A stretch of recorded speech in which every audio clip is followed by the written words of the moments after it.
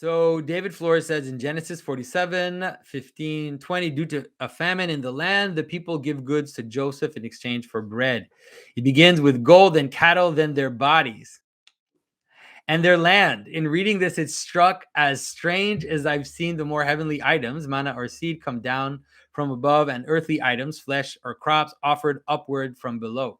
Could you elaborate the meaning of this pattern of heavenly earthly items all being offered from below? So this is super important. Like, this pattern is super important because Joseph is giving grain.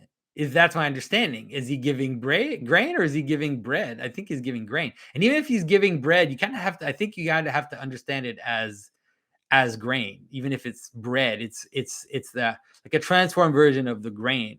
Uh, and so then people give. Then you have people giving from below to be able to stay alive from above. And what's important in understanding the story of Joseph is that there's something, it's funny because I always tell people that the Bible characters have two sides. All the Bible characters have a dark side to them.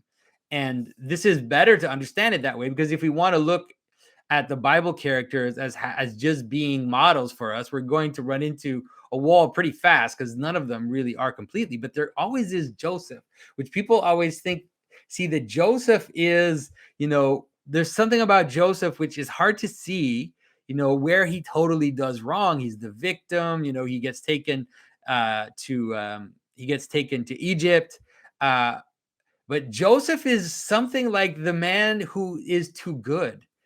And so you can see how him being good and him being heavenly and him not being able to be tempted, let's say, from below, when you see him fleeing from Potiphar's wife, and being willing to leave his garment in order to kind of stay pure and stay in the garden. You could say, when he leaves his garment with Potiphar's wife, leaves his garment with her, it's almost like he's going into the garden, right? So there's this idea that Joseph is this pure, but then he becomes too pure, and he has an excess of order. So if you want to understand like a secret in that story is that the way that Joseph saved Egypt gave ultimate power to the Pharaoh, because everybody traded all their land and centralized power in the Pharaoh by the manner in which Joseph